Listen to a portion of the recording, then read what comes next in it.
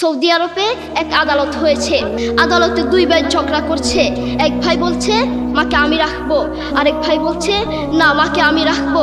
দোনো ভাই ঝগড়া করছে মাকে ঘরে রাখার জন্য। এরপর এক ভাই মাকে নিয়ে চলে যাচ্ছে, আরেক ভাই মাটিতে গড়া দিতে দিতে অবস্থা খারাপ। সৌদি আরবে আদালত হয় মা বাবাকে ঘরে রাখার জন্য, আর আমাদের দেশে আদালত হয় মা বাবাকে ঘর থেকে বের করার জন্য, ঠিক কিনা? যুবক, তোমাকে বলছি, তোমার বন্ধু তোমার আপন নয়, তোমার বউ তোমার আপন নয়, তোমার শ্বশুর শাশুড়ি তোমার আপন নয়। এই পৃথিবীর বুকে আপন হলো তোমার মা এবং তোমার বাবা। করোনা আসার পরে প্রমাণ করে দিয়েছে কে আপন। এক মেয়ে তার মাকে ফোন করে বলছে, মা আমার স্বামীর করোনা হয়েছে। মা বললেন সাবধান, তার কাছে যাবি না, আমি সকালে সিএনজি পাঠিয়ে দিব, তুই টপ করে সিএনজিতে উঠে যাবি। এটার নাম দুনিয়া, এটার নাম দুনিয়া। করোনা হওয়ার পরে বন্ধুর কাছে যায় নাই, করোনা হওয়ার পরে শ্বশুর শাশুড়ির কাছে যায় নাই, করোনা হওয়ার পরে স্বামী স্ত্রীর কাছে যায় নাই, কিন্তু করোনা হওয়ার পরে এখনো ইতিহাস আছে মা তার ছেলেকে গিয়ে চুমু খেয়েছে। করোনা হওয়ার পরে এখনো ইতিহাস আছে বাবা তার ছেলেকে কাঁধে নিয়ে হাসপাতালে গিয়েছে, ঠিক কিনা? যুবক, তুমি তোমার মাকে কিচ্ছু মনে করছো না। তোমার মাকে তুমি ঘর থেকে বের করছো।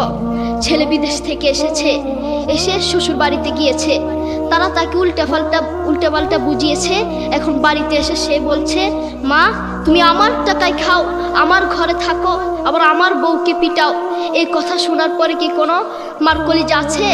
মা বাথরুমে গিয়ে আধা ঘন্টা কাঁদতে লাগলেন, কেঁদে অজু করে নামাজে দাঁড়ালেন। নামাজ পড়ে আল্লাহর কাছে বলতে লাগলেন, আল্লাহ তুমি আমার মার উপর রাগ করিও না, আমার ছেলের উপর রাগ করিও না, ও ভুল করেছে, তুমি আমার ছেলের উপর রাগ করিও না, আমি আমার ছেলেকে বুঝাবো। এরপর মা গিয়ে ছেলেকে বুঝাচ্ছেন, বলছেন বাবা তুমি আমাকে বের করে দিবা, সমস্যা নেই, তুমি আমাকে বের করে দিও, কিন্তু আমার একটা স্বপ্ন আছে। ছেলে বললেন কি স্বপ্ন বলেন? মা বললেন তুমি বাজারে গিয়ে একটা পাকা আম নিয়ে আসবা, এসে তোমার বুকের উপর রাখবা, সকালে উঠে ওটা আমি খাবো। এরপর ছেলে বললেন আচ্ছা ঠিক আছে। ছেলে বাজারে গিয়ে একটা পাকা আম নিয়ে আসলো, এসে বুকের উপরে রাখলো। 5 মিনিট না যেতেই সেই আম পিঠের নিচে পড়ে চ্যাপ্টা হয়ে গিয়েছে। এরপর ছেলে মাকে বললেন, মা তুমি কি সকাল উঠে আমটা খাবে? ওটা 5 মিনিট না যেতেই পিঠের নিচে পড়ে চ্যাপ্টা হয়ে গিয়েছে। এরপর মা চোখের পানি ছেড়ে বলল, বাবা আমি আসলে তোকে খাওয়ার জন্য বলি নাই, আমি আম খাওয়ার জন্য বলি নাই, আমি তোমাকে বুঝানোর জন্য বলেছি। তুমি আজ একটা রাত এই আমটা রাখতে পারো নাই, আমটা বুকের উপর রাখতে পারো নাই, আর আমি সেই তোমার দুঃখিনী মা যে 1 বছর 2 বছর নয় 3 বছর নয় পাক্কা 5টা বছর এভাবে তোমাকে রেখেছি। আমিও যদি তোমার মতো এভাবে ঘুমাতাম, তুমিও তো আমার পিঠের নিচে পড়ে চ্যাপ্টা হয়ে যেতা। এরপর ছেলে চোখের পানি ছেড়ে বলল, মা আসলে আমি বুঝতে পারি নাই তুমি কি জিনিস আসলে আমি বুঝতে পারি নাই। সৌদি আরবে এক আদালত হয়েছে। আদালতে দুই ভাই ঝগড়া করছে। এক ভাই বলছে মাকে আমি রাখবো, আরেক ভাই বলছে না মাকে আমি রাখবো। দোনো ভাই ঝগড়া করছে মাকে ঘরে রাখার জন্য।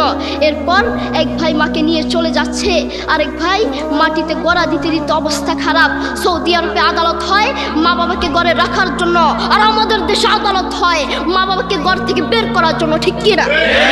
যুবক, তোমাকে বলছি, তুমি তোমার মাকে বের করছো, তুমি তোমার মাকে বৃদ্ধাশ্রমে পাঠাচ্ছ, তুমি তোমার মাকে হত্যা করছো, তুমি তোমার মাকে জবাই করছো। তোমার মতো নাফরমান এই বাংলার জমিনে আরেকটাও হতে পারে না, ঠিক কিনা? যুবক, তোমাকে বলছি, তুমি জানো তোমার মা কি জিনিস? তুমি ছোট ছিলে তো বুঝতা না। যেই মা তোমার জন্য সারাটা জীবন কষ্ট করেছেন, মাথার গাম পায়ে ফেলেছেন, সেই মাকে তুমি ঘর থেকে বের করে দিয়েছ, সেই মাকে তুমি বৃদ্ধাশ্রমে পাঠাচ্ছ। তুমি জানো তোমার মা কি জিনিস? তুমি খোঁজ নিয়ে দেখো, তোমার মা কিছু খেতে লাগলে তোমাকে ছাড়া খেত না, অল্প একটু খেত, আর সব তোমার জন্য রেখে দিত। আর তোমার বাপ হোটেলে গিয়ে শুধু অল্প একটু ডাল ভাত খেত, আর তোমার জন্য সব রেখে দিত। তোমার মার তোমার প্রতি এত মায়া, তোমার বাবার তোমার প্রতি এত মায়া, সেই বাবাকে তুমি ঘর থেকে বের করছো, সেই মাকে তুমি ঘর থেকে বের করছো, বৃদ্ধাশ্রমে